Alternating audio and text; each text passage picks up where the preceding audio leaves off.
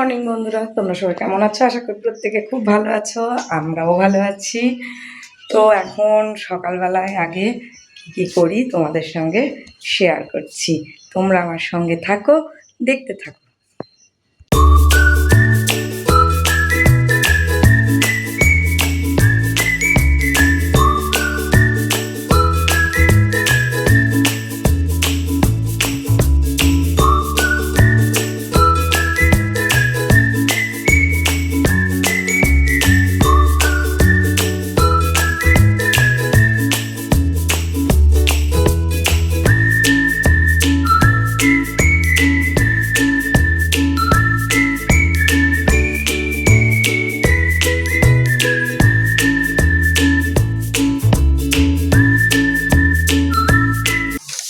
তো বন্ধুরা, ঘর ঝাড় দেওয়ার পরে এবার চলে এলাম বাইরে, উঠানটাকে ঝাড় দিয়ে নিয়ে তারপরে আমি সমস্ত ধুয়ে টুয়ে নেব উঠানটাকে। আর নিচে দেখছো অনেক গাছ লাগানো আছে, সেই গাছগুলোতে আমি একটু জলও দিয়ে দেবো।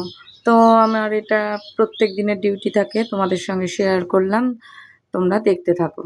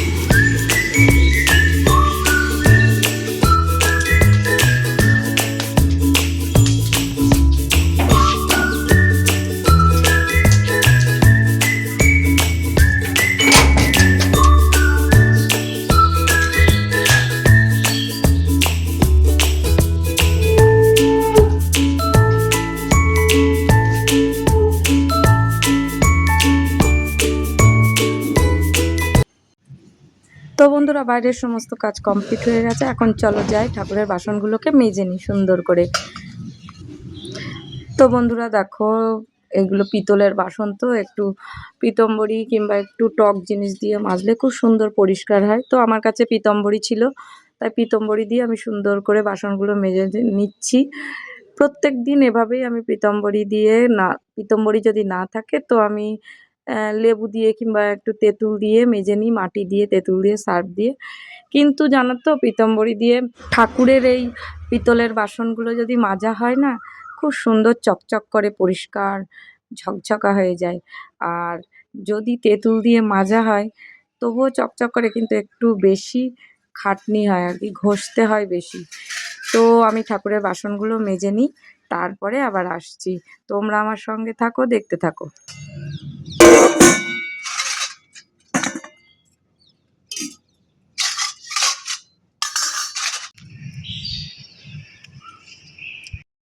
তো বন্ধুরা, চলে এলাম রান্নাঘরে। এখন আমি পকোড়া দিয়ে, ওরা খেতে খুব ভালোবাসে, তার জন্য একটু বেসন দিয়ে দুই ভাই বোনের জন্য অল্প করে করব। কারণ আমি তো পুজো না দিয়ে কিছু খাবো না আজকে। তো মানে ওদের দুজনকে আগে পুজো দেওয়ার আগে যে সমস্ত ওদের খাইয়ে দাইয়ে নিই। তো দেখো, এই যে বেসন নিয়ে নিয়েছি, আর এই যে পেঁয়াজ কেটে নিয়েছি বেসন দিয়ে। একটু নুন দেব, হলুদ দেব, হলুদ একটু দিলাম, নুন দিয়ে দিই। লঙ্কা দিলাম না, জানো তো লঙ্কা দিলে কি হবে, আমার মেয়ে খেতে পারবে না, তার জন্য আমি লঙ্কা দিইনি।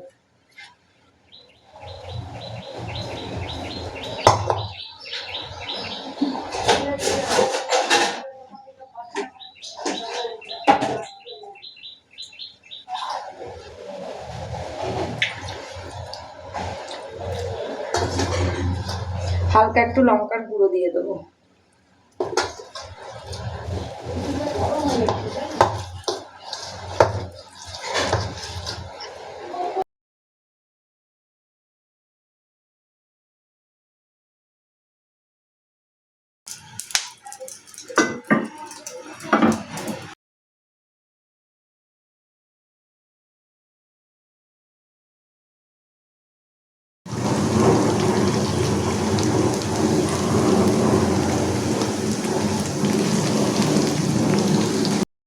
তো বন্ধুরা ভীষণ গরম লেগে গেছে, পকোড়া ভাজতে গিয়ে আমি একটু এখানে হাওয়া খেতে আসলাম। উফ,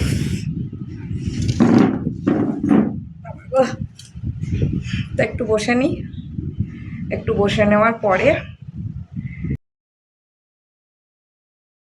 বন্ধুরা পকোড়া ভাজা হয়ে গেছে, এখন ছেলে মেয়েকে খেতে দেবো। তোমরা সঙ্গে থাকো, দেখতে থাকো। তো বন্ধুরা দেখো এখানে বাসন কোসনগুলো রয়েছে, তো এই টেবিলের ওপরে আমি এগুলো তুলে নিই। মিমি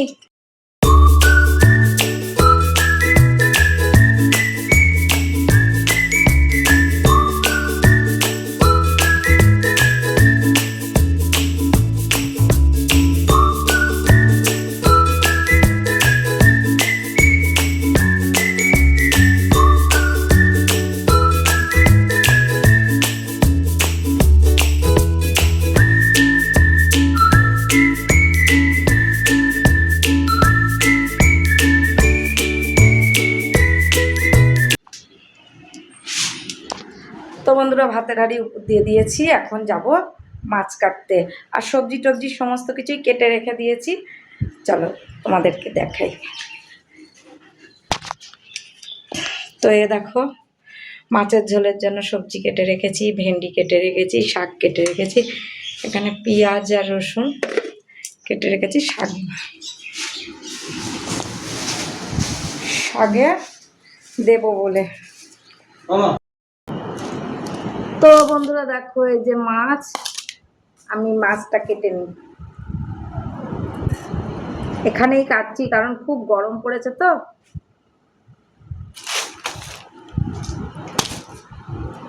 কেটে কেটে একটা প্লাস্টিকের ওপর ঝুড়ি রেখেছি, তার উপরে রাখছি। ওই রৌদ্রের মধ্যে গরমের মধ্যে কাটতে পারবো না মাছ,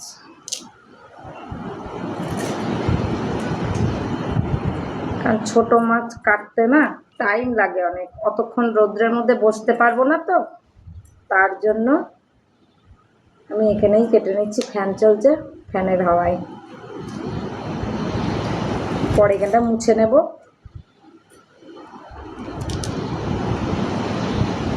তো বন্ধুরা আমি এই মাছটা কেটে নিই, তারপরে আবার আসছি। তো বন্ধুরা যদি এই ছোট মাছের আঁশ তোমরা না বাছতে পারো, তো আমি এক হাত দিয়ে ধরে ক্যামেরা করছি বলে আমি একটু অসুবিধা হচ্ছে। তো এরকমভাবে মাছগুলোকে ভালো করে ঝুড়ির মধ্যে একটু যদি এরকম করতে থাকো, নাড়াতে থাকো, তারপরে একটা একটা মাছ যদি এরকম ডলা দাও, পুরো আঁশ একটুও থাকবে না, আর জল দিয়ে ধুয়ে নিতে হবে। তো এরকম করে প্রত্যেকটা মাছ আমি ডলে ডলে ধুয়ে নেব, তারপর একটু জল দিয়ে নেব। আমি ভালো করে মাছটা ধুয়ে নিই, পরে আসছি।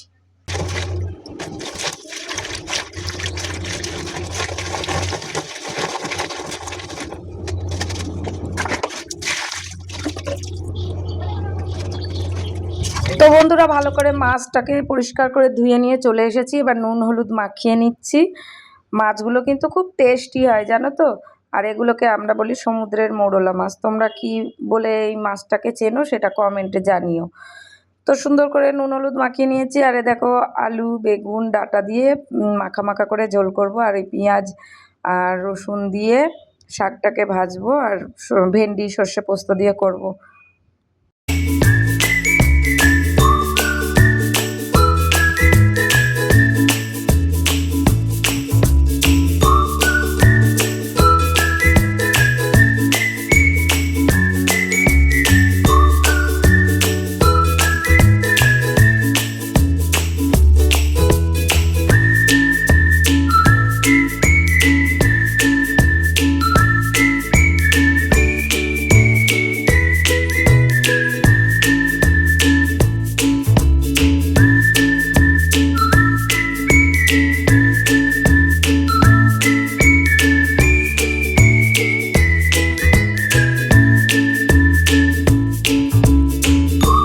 তো বন্ধুরা আজকে গরম গরম ধোয়া ওঠানো ভাত রান্না করেছি, পেঁয়াজ আর রসুন দিয়ে শাক ভাজা করেছি, সর্ষে আর পোস্ত দিয়ে ভেন্ডি চচ্চড়ি করেছি, আর এদিকে একটু সাদা ডাঁটা আলু বেগুন দিয়ে মাখা মাখা করে ছোটো মাছের ঝাল ঝোল করেছি। তো বন্ধুরা, যদি আমার এই ছোট্ট ব্লগটা তোমাদের ভালো লেগে থাকে তো লাইক শেয়ার সাবস্ক্রাইব করো। দেখাবে নতুন একটা কোনো ছোট্ট ব্লগে। সবাই ভালো থেকো, সুস্থ থেকো। Bye bye.